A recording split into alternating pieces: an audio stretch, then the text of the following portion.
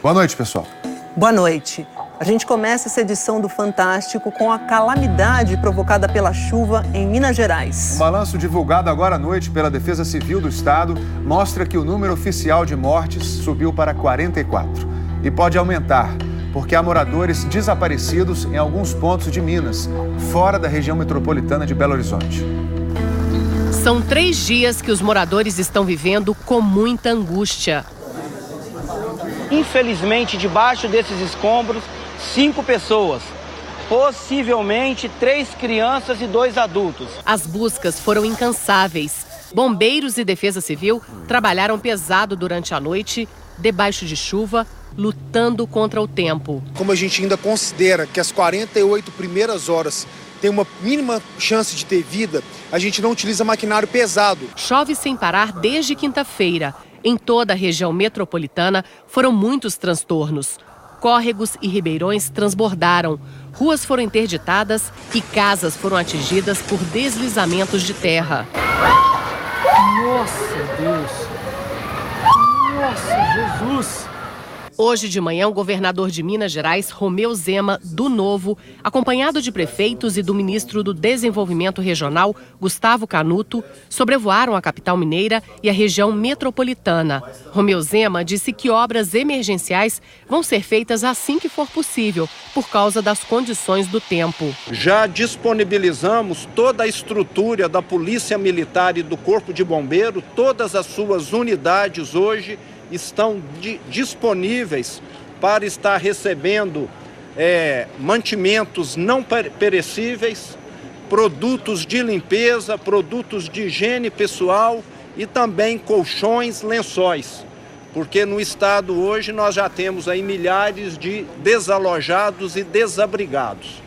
Muitos já foram atendidos, mas muitos ainda estão aguardando esse atendimento. O ministro Gustavo Canuto disse que os atingidos pela chuva devem ter antecipação do Bolsa Família e do saque do FGTS e que o governo federal vai se empenhar para agilizar estas medidas. A conta de Defesa Civil tem, no mínimo, 90 milhões para as ações de socorro e assistência.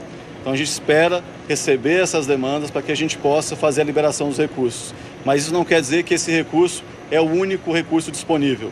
Há possibilidade de remanejamento, entre outras rubricas orçamentárias, vai depender da demanda que for apresentada pelo Estado e pelos municípios. De acordo com a Defesa Civil de Minas Gerais, em Belo Horizonte, na região metropolitana, os trabalhos de buscas acabaram porque não há mais desaparecidos. Mas no estado, algumas vítimas da chuva ainda não foram encontradas. Além disso, muita gente ficou desabrigada porque perdeu a casa e teve que ir para abrigos ou casas de parentes. Em Raposos, na região metropolitana, pelo menos 2.000 famílias estão desalojadas. Moradores e voluntários ajudam a limpar a cidade. Manhuaçu, na Zona da Mata, casas ficaram debaixo d'água. A cidade de Carangola, também na Zona da Mata Mineira, ficou inundada. Ontem, Kelly, que estava grávida, e o marido dela, que moram neste prédio que foi invadido pela enchente, foram socorridos de bote. A pressão dela estava alta. O médico foi avisado e pediu que ela fosse levada para o hospital. Foi preciso fazer uma cesárea. Mãe e filha passam bem. Tá tudo certinho. A Laís nasceu com muita saúde, graças a Deus, ó. Tá quietinha. Né, minha filha? Não é, mamãe? Isso aí, só agradecer. Segundo a Defesa Civil do Estado, 99 municípios de Minas decretaram situação de emergência. Nós vamos ao vivo até Belo Horizonte, onde está o repórter Gabriel Sena. Boa noite, Gabriel. Agora, fora da região metropolitana de Belo Horizonte, quantas pessoas são consideradas desaparecidas?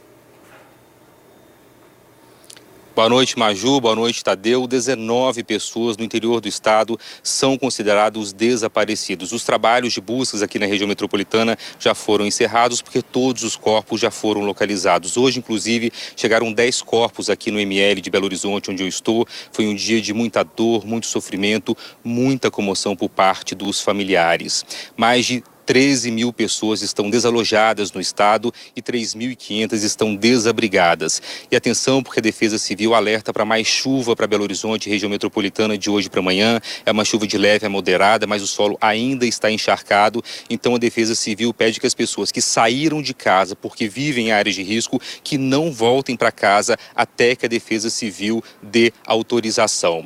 E parentes de pessoas que perderam vítimas nessa tragédia ainda tentam entender como tudo aconteceu num espaço tão curto de tempo. Vamos acompanhar na reportagem do Carlos Eduardo Alvim. A queda do barranco sobre 2 casas em Ibirité foi uma das primeiras imagens da destruição provocada pela chuva em Minas Gerais essa semana. Pelo menos 14 cidades já registraram vítimas. Em Ibirité foram 5. Layara e os filhos Richard, de 6 anos, Anthony, de 6 meses, e a amiga Lohane morreram soterrados. O sonho dela era tirar a carteira que ela conseguiu, formar, na faculdade de Direito e comprar um carrinho para ela. Aí a amiga se propôs a ajudar, uma ajudar a outra, Então eram os sonhos. A família que abrigava a Lohane já estava procurando um outro lugar para morar. Esse foi o último áudio que Layara enviou para o marido. Se ela não tiver alugado, igual eu estava falando com a Lohane, é bom nós ir lá, na chuva assim, pra gente ver qual que é a situação lá na chuva também, A região da Zona da Mata teve 18 mortes confirmadas, 3 em Simonésia, um casal de idosos e a neta de 15 anos que cuidava deles. Moradores ajudaram a retirar os corpos das vítimas. Isso aí foi o que sobrou da casa do Fábio e da Priscila, onde eles moravam com as 2 filhas aqui em Betim, na região metropolitana de Belo Horizonte. O barranco cedeu lá em cima e veio parar na residência, destruindo boa parte da construção, que tem 2 andares. Chovia muito na hora. O Fábio e a Priscila estavam no local com a filhinha mais nova, de 1 ano e meio. Os 3 morreram soterrados. A filha mais velha, de 5 anos, estava na casa de parentes. Ela vai crescer, vai saber de tudo, vai continuar dando força, mas agora é tudo por ela, tudo por ela. O Paulo Eládio era vizinho do Fábio e da Priscila. Ele estava no banho quando a avalanche de terra desceu e também foi soterrado. Terminar a construção da casa própria foi uma conquista. Somente 3 meses. Foi o tempo que ele morou. De uma hora para outra? De uma hora para outra, essa tragédia que abalou, Abalou a todos. Outras 2 mortes foram confirmadas em Betim. Uma em Contagem. Em Belo Horizonte, 14 pessoas morreram. Entre elas, a mãe e os 3 irmãos do Gilberto. A gente tem plano para nada. Até se aceitar o que aconteceu, entendeu? Demora muito. Nossa, cara, eu perdi. Quando você perde uma pessoa da família, assim, que você já está esperando por alguma coisa, tudo bem, mas você perder 4 pessoas de uma família e você perguntar para mim como é que vai ser agora, não tem palavra para falar com você, não. A Defesa Civil de Minas Gerais corrigiu a informação agora há pouco. São 2 mortos em Contagem e 13 em Belo Horizonte. O número total até agora continua sendo de 44 mortos. E em meio a essa tragédia em Minas Gerais, 7 pessoas de uma mesma família podem dizer que nasceram de novo, porque elas foram resgatadas da lama de um deslizamento lá em Betim, que é a cidade da região metropolitana de Belo Horizonte. Todo mundo está bem, apenas com ferimentos leves. Um resgate delicado. As imagens mostram a Denise, de 7 anos, presa aos escombros. Calma, vai te tirar. O tempo todo, os socorristas conversaram com ela. Denise. Oi. Se fosse pra tirar da muito tempo, tem que tirar ela lá em cima. Tá quase chegando aí, viu? Nossa.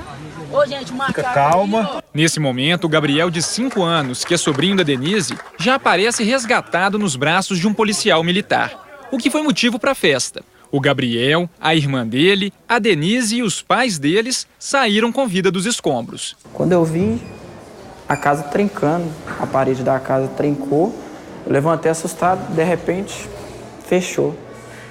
Escuridão, estava chovendo muito forte e meu menino estava vomitando. E eu estava com a cabeça dele segurada, só com a mão. E a chuva, como estava a água já estava pegando na minha mão.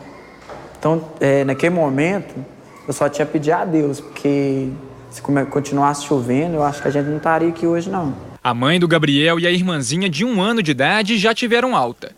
O Gabriel falta pouco para ir para casa. Uma avalanche. Foi assim que os vizinhos definiram a velocidade que a terra pegou quando desprendeu do barranco lá em cima.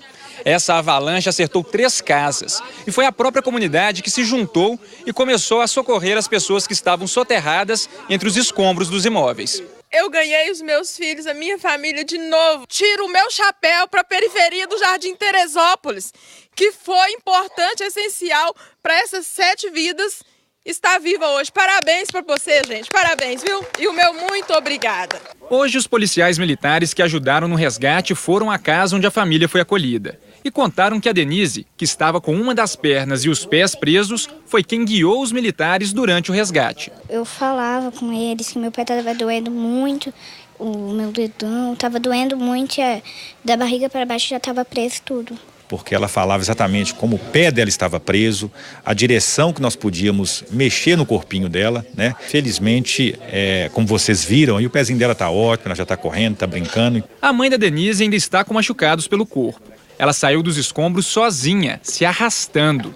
Daquele dia só tem a agradecer. 7 pessoas da família nasceram de novo. Deus abençoou que, né?